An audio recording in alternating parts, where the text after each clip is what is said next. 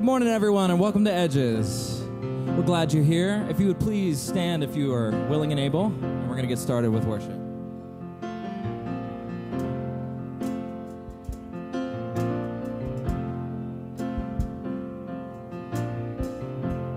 Living God, help us to see that all we have is all you love, humanity. So instead of hiding, we will find the good in life, the light of your spirit inside. We're learning to pay attention to the simpler things, to humility, to the least of these.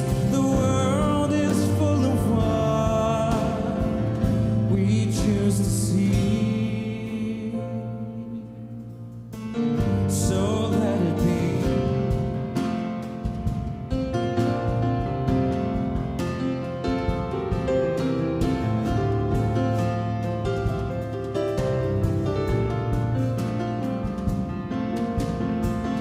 We're quick to judge, slow to hear. Teach us love, help us care for what's here. We chase the end for going now, but you never gave limits on where we could be found. Learning to pay attention to the simpler things, to humility, to the least of these. The world is full of what we choose to see. So let it be.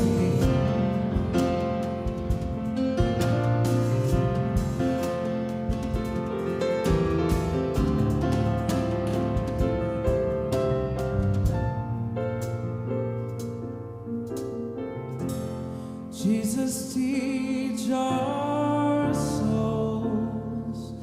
Grace can't be taken, it's only given. We can't repay it, only embrace it. We're learning to pay attention to the simpler things, to humility,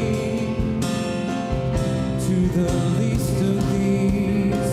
The world is full of what we choose to see. So let it be.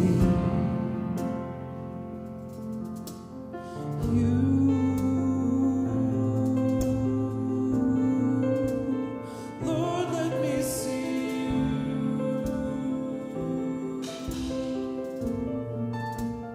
Love, let me be you.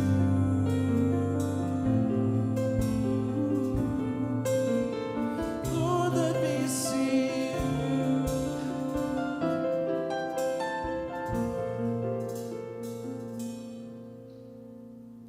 Amen. Please be seated. Take a look at the announcement loop. See what we're doing this week.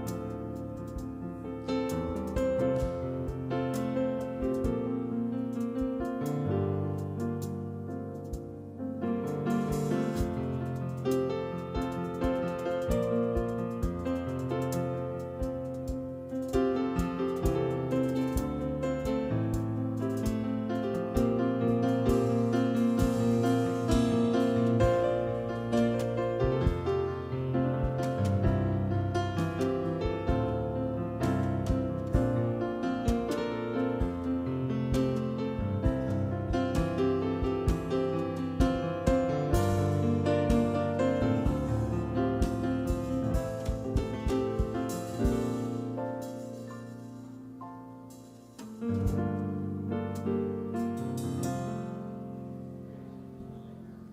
morning. Welcome to Edges. My name is Kylie, and I'm a part of the Edges community. If you are new or visiting this morning, I wanted to say a special welcome to you, and we're really glad that you're here this morning. We would love for you to get more connected and meet some people around you. So there are a couple ways you can do that. First, you can talk to the people around you at the end of the service, ask them their name, and ask them why they come to Edges or why they keep coming back to Edges. Also, on your way out, you can go through those two doors, and Michael's right here. He'll be standing right outside with some iPads. You can go give him your name, your email, if you want to receive an email about once a week to let you know what's going on in our community. Also, Michael will have gift cards to local coffee shops. This is so you can take a family member or friend out to coffee some point this week and just continue the conversation that we start here this morning. I have some very exciting news. We've had a team who's been working on some rooms in this building, some space where we can just hang out. And so we have a video with some of our new spaces. Our first space is our family room, so before service or after service, or even if you wanted to go in the middle of our conversation, you can go to the family room and just hang out with some folks that are in there, bring your coffee and sit. Also, we have our infant room, so if you have a little guy or girl that you want to have some alone, quiet time in there, you can head into the infant room and sit with your baby. Also, both of these rooms have TV screens that are streaming this service, so you won't be missing anything if you need to step out and just go in there during our conversation. If you could pray with me.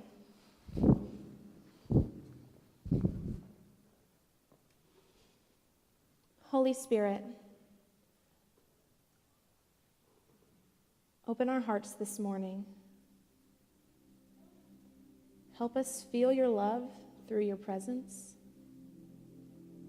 and send us home changed.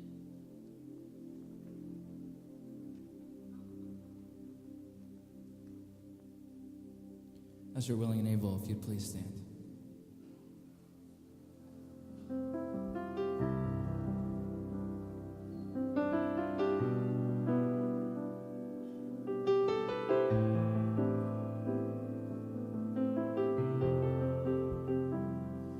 As I rise, strength of God, go before, lift me up.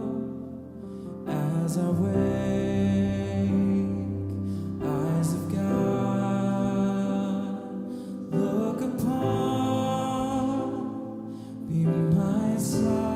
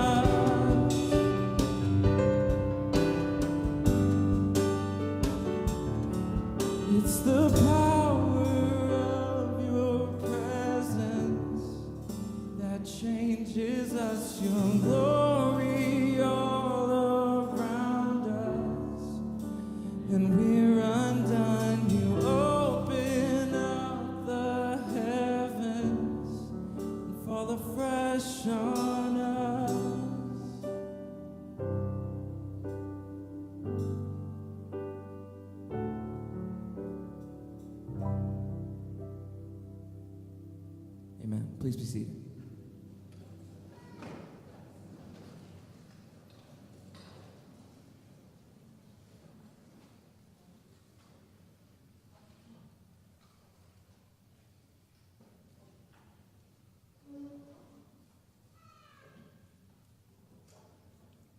Good morning. My name is Cassidy Jones, and I'm a member of the Edges community. And every so often I have the privilege of leading our conversation here from the front, so I just thank you for the opportunity to do that today. I was just reflecting a moment on that song because I feel like that language, right? Fall afresh on us. I feel like that should be my prayer every morning. So just in that moment, I thought to myself, maybe let's open together in prayer. And let me pray that over us this morning, if you join me. God, as we join together this morning in conversation, we just pray together those words, fall afresh on us, fall afresh on our ears and our hearts this morning, that what you would have us hear, we hear, what you have us know, we know, and what we need to feel, we would feel this morning, God, and we would feel it new and fresh, and we'd leave here with new eyes this week. Amen. So we're spending much of our this summer, looking for good anywhere in the world that we can find it. And this is sort of the anchor, the conclusion of a year-long theme we've had to hold on to what is good. And so this week, I was thinking about some situations in my own life. And, when you sort of have that little voice in the back of your head that was like, this is one of those moments you're supposed to hold on to. And so I wanted to share a little bit about that with you today. So part of it is that I realized that one of my parenting tactics, smart parenting tactics, if I don't say so myself, but is actually very sneaky, but also is really, really sound theology. And so if you have little children like I do, this may be something you want to make a note of because it might be your best takeaway of the whole morning, right? So my kids are 6 and nearly 3, and I would estimate that at least, if not more than 50% of the words they speak to me are in the form of questions.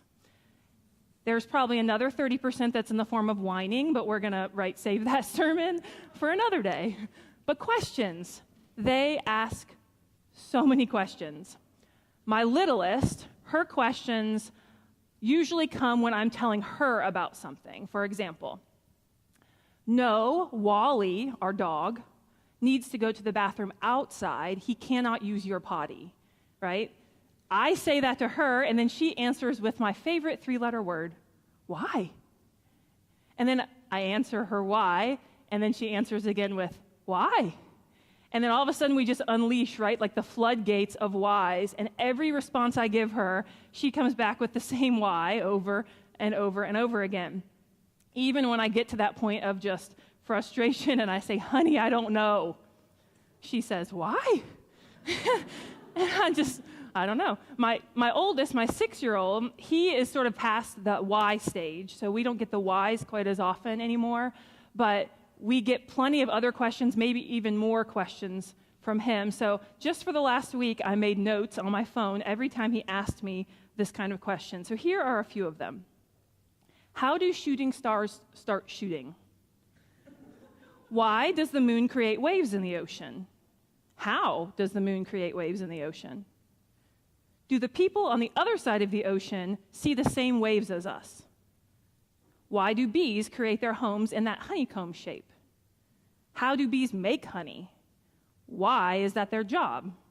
Do they like their job? So, sometimes, and the sometimes is sometimes, I know the answers. So sometimes I know the answers, and when I do, I share them as best I can. And sometimes I know how to find the answers by saying, Alexa, how do bees make honey? Or go to the trusty old companion that we probably all utilize, Dr. Google, how do bees make honey? Oftentimes we'll grab a book from the library or maybe even find a YouTube video, right, to sort of get to the root of some of his questioning. But the volume of questions that I get from him is time-consuming and oftentimes is just far beyond the grasp of my own knowledge or my own resources. So, here's the great advice, right? In order to survive every round of 20 questions, I started to answer the really tough ones like this. That's a great question. Let's put it on our list of things to ask God about one day. And it's totally brilliant because my kids totally buy it. And on a really rare occasion, they'll take that opportunity to ask me some burning question about the nature of God. But most of the time, it just leads us to a conversation about how cool it is that one day we'll get to ask God about all the things that baffle and amaze us on earth. And so this week, I had that one day moment myself where I thought, how cool is it that one day we will get to ask God about all the things that baffle and amaze us on earth. So I certainly have my own list of kind of adult topics I want to ask about, right? I want to ask about and understand suffering and childhood cancer and infertility and all of these other things that I've learned about in my life. But I also want to stand before the Creator and I want to wonder about the wonder. So last month, I was hiking in Utah for a week, and we visited all 5 of the national parks. So that whole week, I was just in complete and utter awe, just amazed. And it wasn't just because of the spectacular beauty of the landscape, but it was also just at the wondering about how it was even possible. That all of these incredibly diverse landscapes, not only that they exist, but they also exist within just a few hours of one another. And so with some effort and planning, you can see them all in one day. And so it would have, for me, been relatively easy on this trip to get the answers to all of the questions that observing these landscapes stirred up in me. And that's normally what I would do when I get kind of stirred up, when I encounter something new or something that's sort of mysterious to me. I start to ask, how is this possible? What made this form? What's the history? And in this case in particular, I had every opportunity to find the answers because there were park rangers, available, and their job was to educate interested parties about the step-by-step processes through which these things formed. So these were real and concrete answers that I could have had, that they were available to me at all times during this trip. But a moment came when I recognized that the experience of standing inside a slot canyon, so just a few feet wide, sunlight pouring through this crack of the earth and just washing the walls of this sandstone in this golden color, standing there, I realized this experience of being here, just the experience, was acting on me. And in acting on me, it was stirring up sort of a knowing and a wondering that didn't have anything to do with intellect or factual knowledge. And at that moment, I had a really sincere hope that if I did find myself asking the questions of why or how or what or when, that the recipient might respond to me the same way I respond to my children. Isn't this amazing? Why don't you ask God about it one day? And then just let me remain in my wonder. So all of those musings of mine, my trip, my kids, they sort of led me to this conversation today where I've been thinking about where others, namely you, have been feeling or have felt that same sense of wonder creep into your life. So for you, maybe it's the shooting star, or maybe you too have stood within a slot canyon. Was it a mind-blowing, jaw-dropping, awe-inspiring moment that just took your breath away? That you weren't really prepared for? Or was it something small or common or ordinary that just seized you and captivated you with wonder? So take a moment just to yourselves and see what comes to mind when you reflect on your own life and experiences.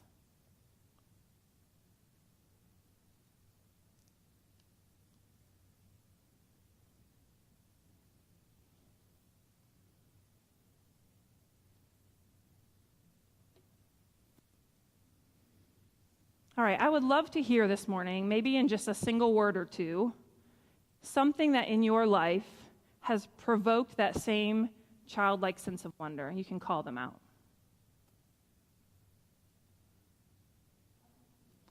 Puppies and babies.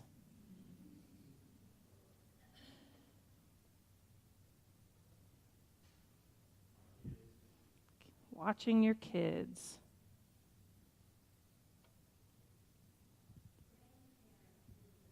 Grandparent visits.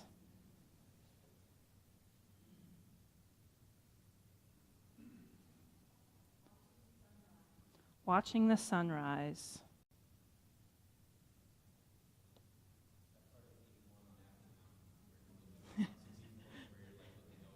Yeah, the overlook. I'm going to talk about Afton Mountain later, so this is really funny, actually. But that moment on 81 or on 64, right, when you're crossing Afton and you get to the top of that overlook.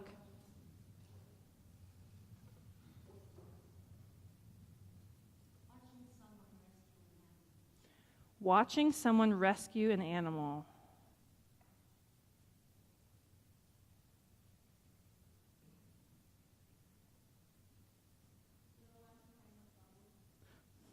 Playing with bubbles, watching little ones play with bubbles.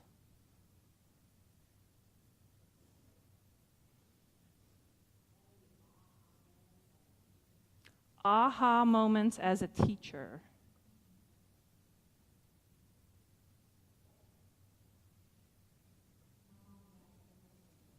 Say that again. Her mom and dad still holding hands.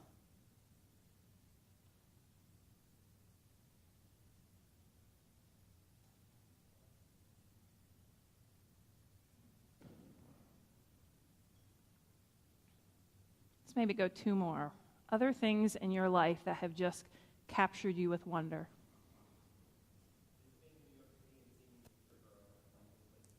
All right, so are those separate or are they, that's what you... All right, so visiting New York City and then seeing nature grow in sort of unexpected places and then seeing that happen in New York City. There you go.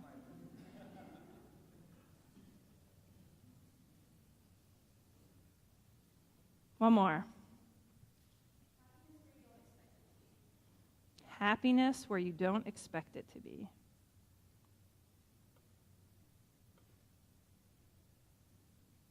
All right. So it's funny, listening to you makes me think about sort of like, it's like we're creating a little bucket list of sorts, things that maybe we all should pay a little bit different attention to in the next coming weeks, whether it's places to go. So if you're driving over Afton Mountain in the next few weeks, maybe do it at sunrise and we can capture two at the same time. But just observing things differently for the next few weeks, it makes me think about ways I could do that. So maybe it's the same for you. Kind of a beautiful collection of observations. So we're going to consider our next question in conversation around our tables. And this is what it is.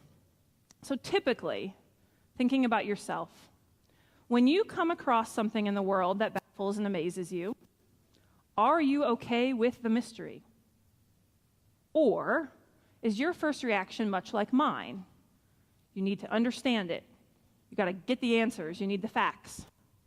So I think about this, right, as one of those like online personality tests where you have two options and neither one of them is really entirely 100% what you'd pick, but you have to pick one. So which way do you lean more than the other? So we often do this together here at Edges where we'll talk around our tables about a few things. So in a moment, if you'll gather with maybe 4 or 6 others, and take a second just to introduce yourselves and just know that however you are comfortable participating is totally okay, whether that's talking or listening. And I will note that we'll have another question after this. So if you want to kind of settle in and stay with your groups for a moment, I'll let you know when to ungroup yourselves and return to your seats if you'd like to do that. So just a reminder, that first question, when you come across something in the world that baffles and amazes you, are you okay with the mystery? Or do you need to understand it?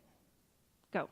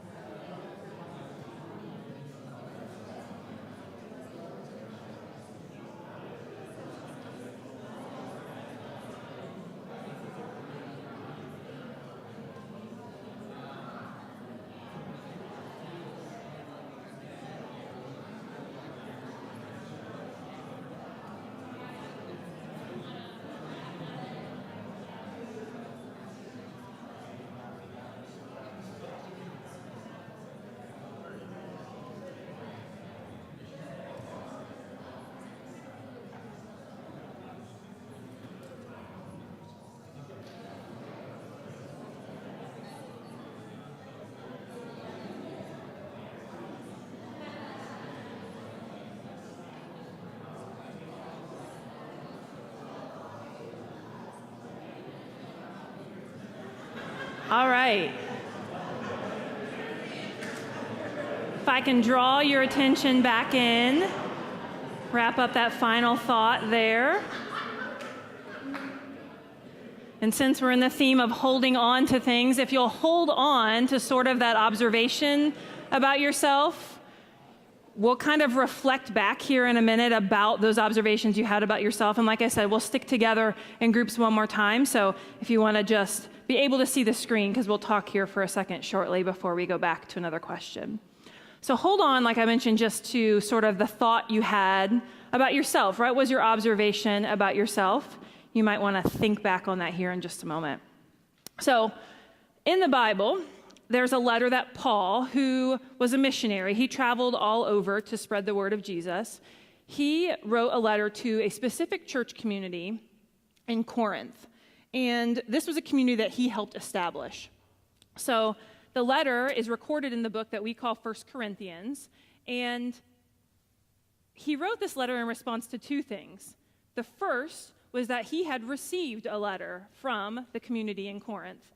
And they were asking all kinds of questions. Questions about following Jesus, questions about how the world worked, questions about how they were supposed to live, all kinds of questions. So that was the first reason Paul wrote this letter. And the second reason he wrote this letter is he had received information from other sources that the community in Corinth was really struggling. And so he, in his ministry, did his best to sort of support, guide, and reassure them. So he wrote this letter sort of in that vein. The whole letter is really interesting, right? Because so much of it is responding to the specific questions that the church had laid out before them, wondering, how things worked, how they were supposed to live. Was this the way it was supposed to be? But what I found so striking is at the end of the 13th chapter of 1 Corinthians, Paul actually writes this in verse 12. So this is 1 Corinthians verse 12, or chapter 13, verse 12. And I'm going to read it first from the King James Version of the Bible. This is a translation of the Bible that was translated to English in the early 1600s. 1 Corinthians chapter 13, verse 12. For now we see through a glass, darkly, but then face to face. Now I know in part, but then shall I know, even as also I am known. Again, for now we see through a glass darkly, but then face to face. Now I know in part, but then shall I know, even as also I am known. We see through a glass darkly, he says. In other words, our knowledge and our understanding right now of the things around us, it's imperfect. It's obscured, Paul's telling us. I actually love the Message's language for this verse, and the Message is what we often consider sort of a contemporary idiomatic translation of the Bible.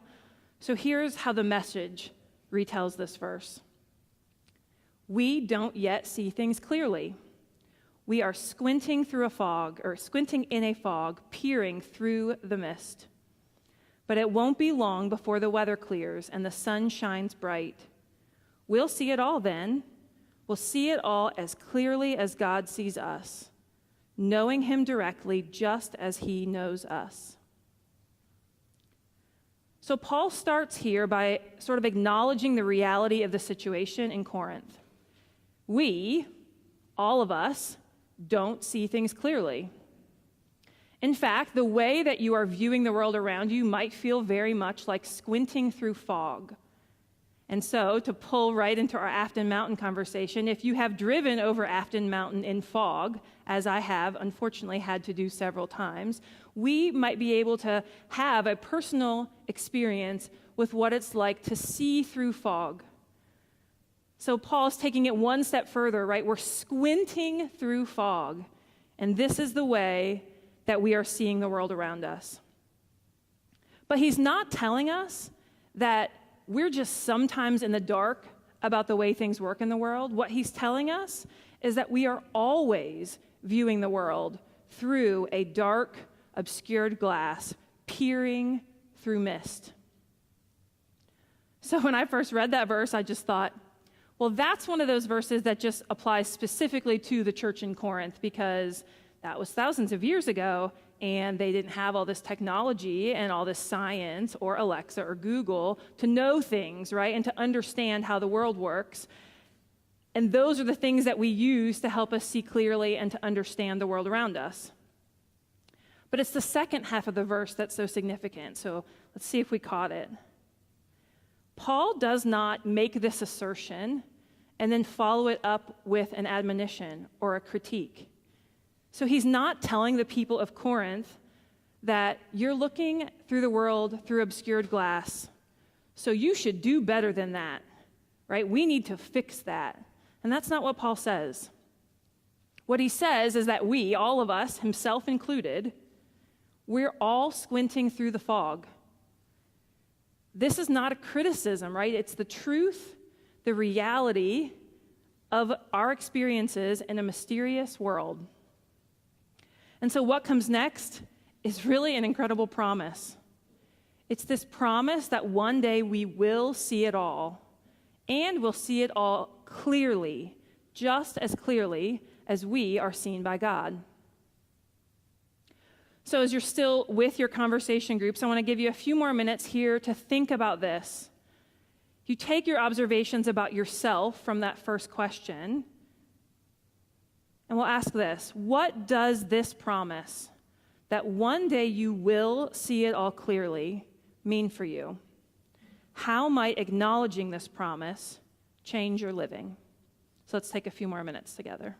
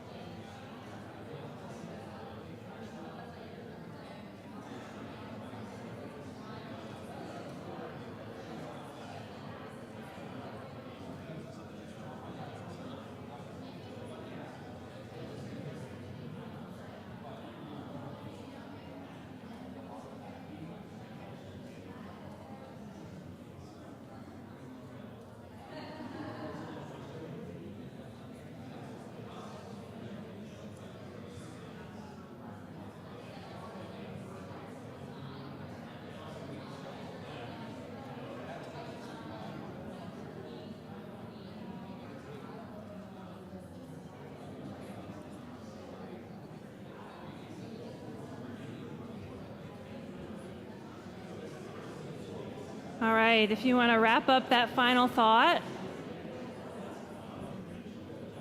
finish up that final thing. And you're welcome to return to your original seats if you so choose. So this would be the time to ungroup yourself if that's what you'd like to do.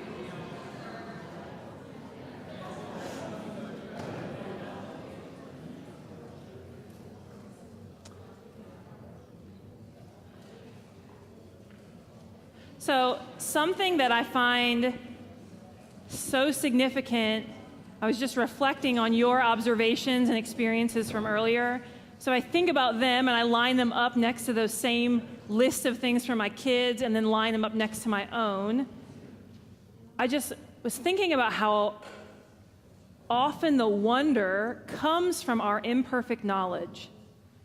That amazement that we sense or feel is often just tied right to the vast unknowing of all the hows, the whats, and the whys.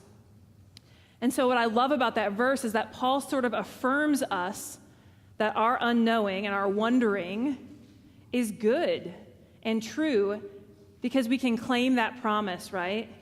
That these wonderings will one day be answered for us, and we will know just as we are known. So I'd like to invite you into a time of reflection. Each week we come to this table, and it's part of our worship conversation. And I always feel like it's centered on what I consider our unofficial but underlying motto, to give all of ourselves that we can to all of the God that we understand. So oftentimes in our worship conversations, we're trying to learn more and understand more about God. But this week I wonder if it's welcoming the idea that good can be found and we could hold on to beauty and wonder in the things that we don't yet understand. And that if we're standing here together and we're looking through a glass darkly, and we know right now only in part, just knowing that one day we will know in full. So our lead worshipers are going to play for a few minutes, which will give us some time to think about what those things are for you in your own lives. What are the questions that are stirring in you that you hope to one day be able to ask God? And maybe you've never considered that you'd get to ask God those things one day. So I'd like to give you an opportunity to put pen to paper on those if you'd like. So there's some paper on your tables, and you can grab a pen there and the cup. And you can make that your offering this morning, giving yourself permission to ask all those questions that you might one day ask of God in the future. When you feel led, you're welcome to bring them here to the table and place them in the bowl, sort of as your offering, acknowledging sort of the mysteries all around us that point us right back to what we do know and understand about God. You're always, during this time, welcome to offer a prayer at the prayer rail in the back, or at the prayer wall in the back of the room, or come to the front of the room and light a candle here at the prayer rail. After a few moments, our lead worshipers are going to begin to share a song with us. And I invite you to listen to the lyrics before we'll all join in and sing it together. Author Rob Bell wrote in his book, What We Talk About When We Talk About God. He said this about being connected to God while living in a mysterious world. Sometimes you need a biologist, and sometimes you need a poet. Sometimes you need a scientist, and sometimes you need a song.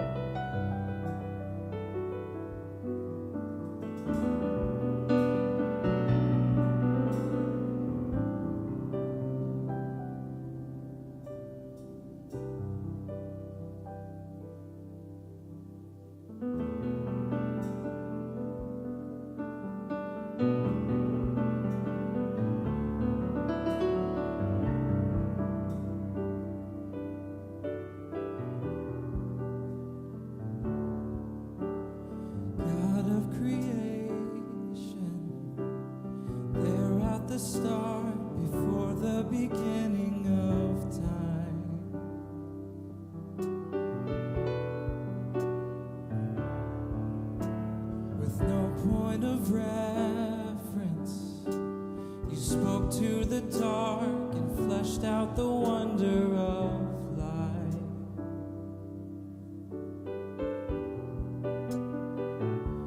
And as you speak,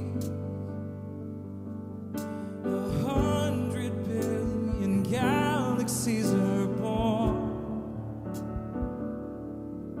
In the vapor of your breath, the planets form.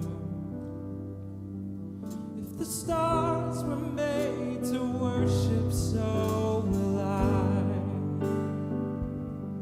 I can see your heart in everything you've made. Every burning star, a signal fire of grace. If creation sings your praises, so will I.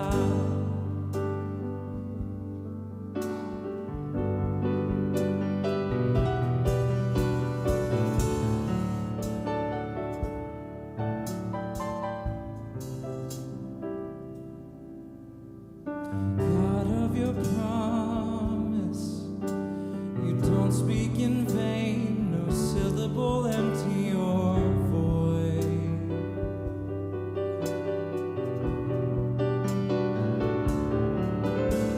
For once you have spoken, all nature and science follow the sound of your voice.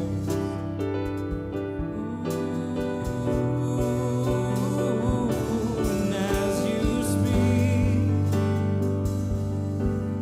100 billion creatures catch your breath, evolving in pursuit of what you said. If it all reveals your nature, then so will I. I can see your heart in everything you say. Every painted sky, a canvas of your grace. If creation still obeys, then so will I.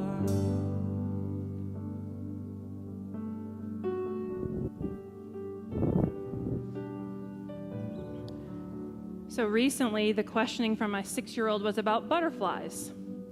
We have a large / overgrown butterfly bush in our backyard, and this time of year we get quite a few winged visitors. So not too long ago, he was actually at our kitchen counter doing a page in his elementary school summer workbook, which was also a parenting win because he thought it was fun and not work. And he was asked in that workbook to draw the 4 stages of a butterfly. And I will admit that I could only think of 3 stages of the butterfly, so we did call upon Google to figure out the 4th. But between that workbook and our butterfly bush, he has been incredibly curious about the nature of this creature.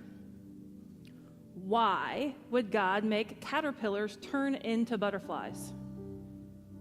Did he realize he was creating a transformer? What other creatures are transformers? Why wasn't it okay for caterpillars to stay caterpillars? Why do they have to become something else? So these questions that he's asking in his childhood curiosity, his innate and ever-present sense of wonder, aren't they also questions that I ask too? And I can ask them about the butterfly and the caterpillar because really, it's an incredible creature. But for me, the caterpillar and the butterfly, they point me to God. Because I don't understand the mystery, but I can see the beauty.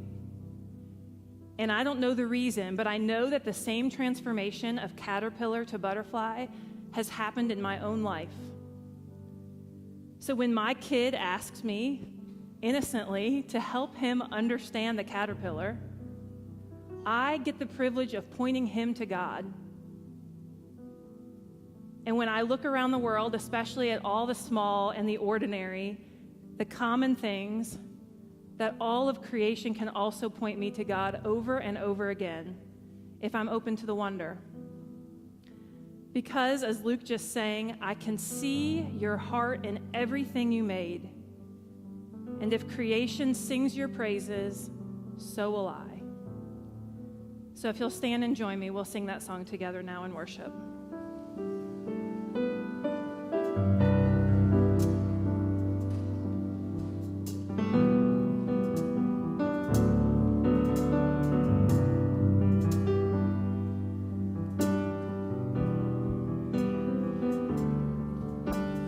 God of creation, there at the start, before the beginning of time.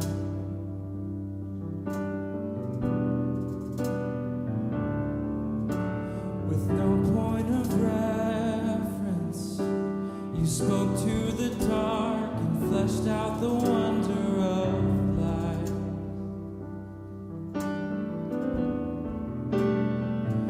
And as you speak, 100 billion galaxies are born, in the vapor of your breath the planets form. If the stars were made to worship, so will I can see your heart in everything you've made. Every burning star, a signal fire of grace. If creation sings your praises, so will I.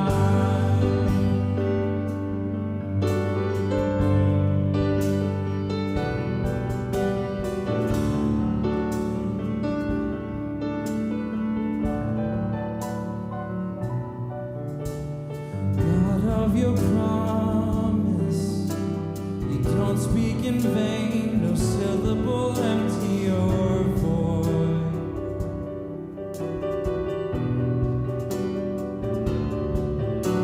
For once you have spoken, all nature and science follow the sound of your voice.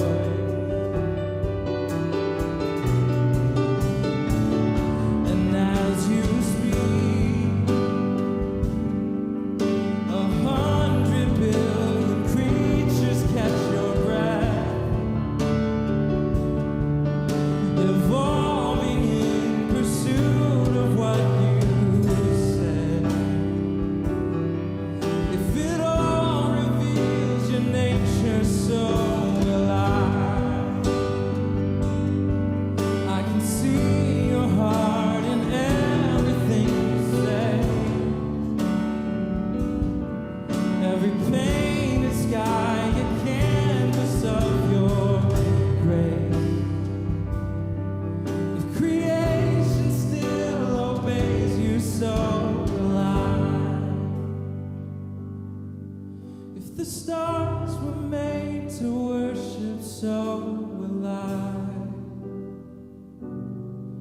If the mountains bow in reverence, so will I. If the oceans roar your greatness, so will I.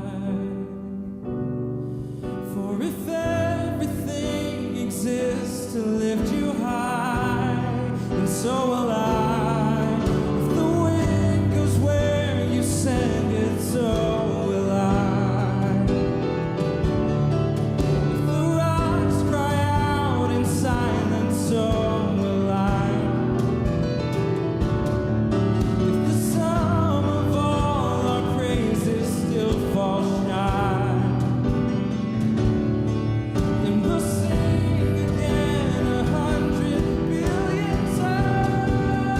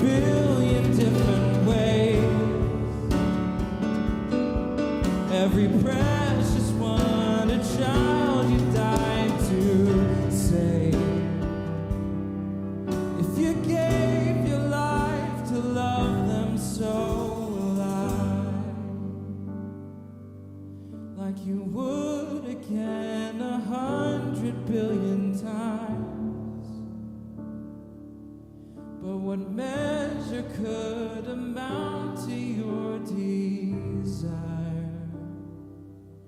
You're the one who never leaves the one behind.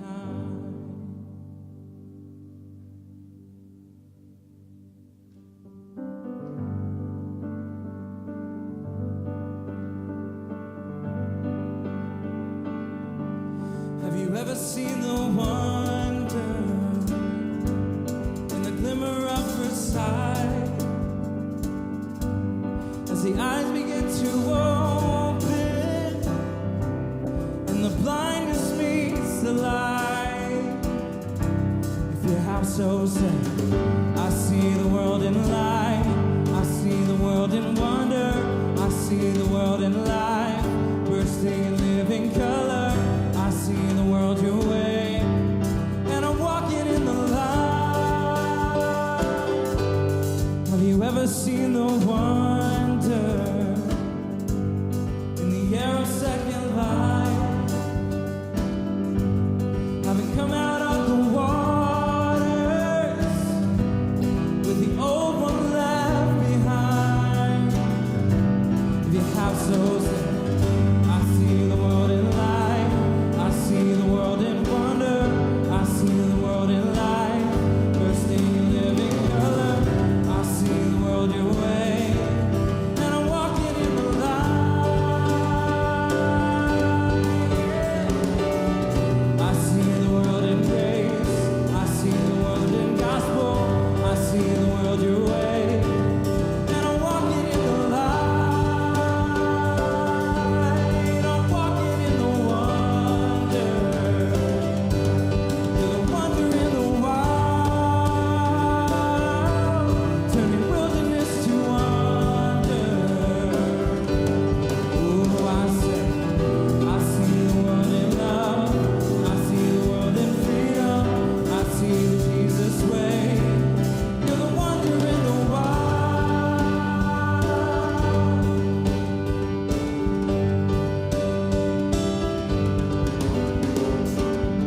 I see the world your way.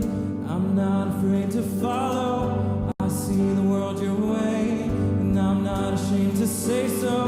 I see the Jesus way, and I'm walking in the light. I see the world in light. I see the world in wonder. I see the world in light, bursting in living color. I see the world your way, and I'm walking in the light. Yeah. I see the world in grace. I see the world in gospel. I see the world your way, and I'm walking in the light. I'm walking in the wonder. You're the wonder in the wild, turning wilderness to wonder. Oh, I say, I see the world in love. I see the world in freedom. I see the Jesus way. You're the wonder in the wild, turning wilderness to wonder. You're the wonder in the wild, turning wilderness to wonder.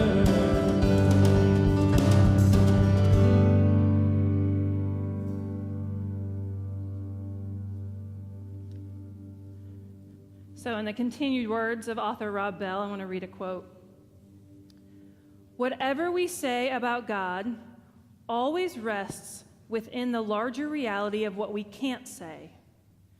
Meaning always resides within a larger mystery. Knowing always takes place within unknowing. Whatever has been revealed to us, surrounded by that which hasn't been revealed to us. So this week, may we acknowledge the mystery, acknowledge the wonder, the squinting through the fog, and see the good in all that has yet to be revealed to us, and claim the promise that one day it all will be. Amen.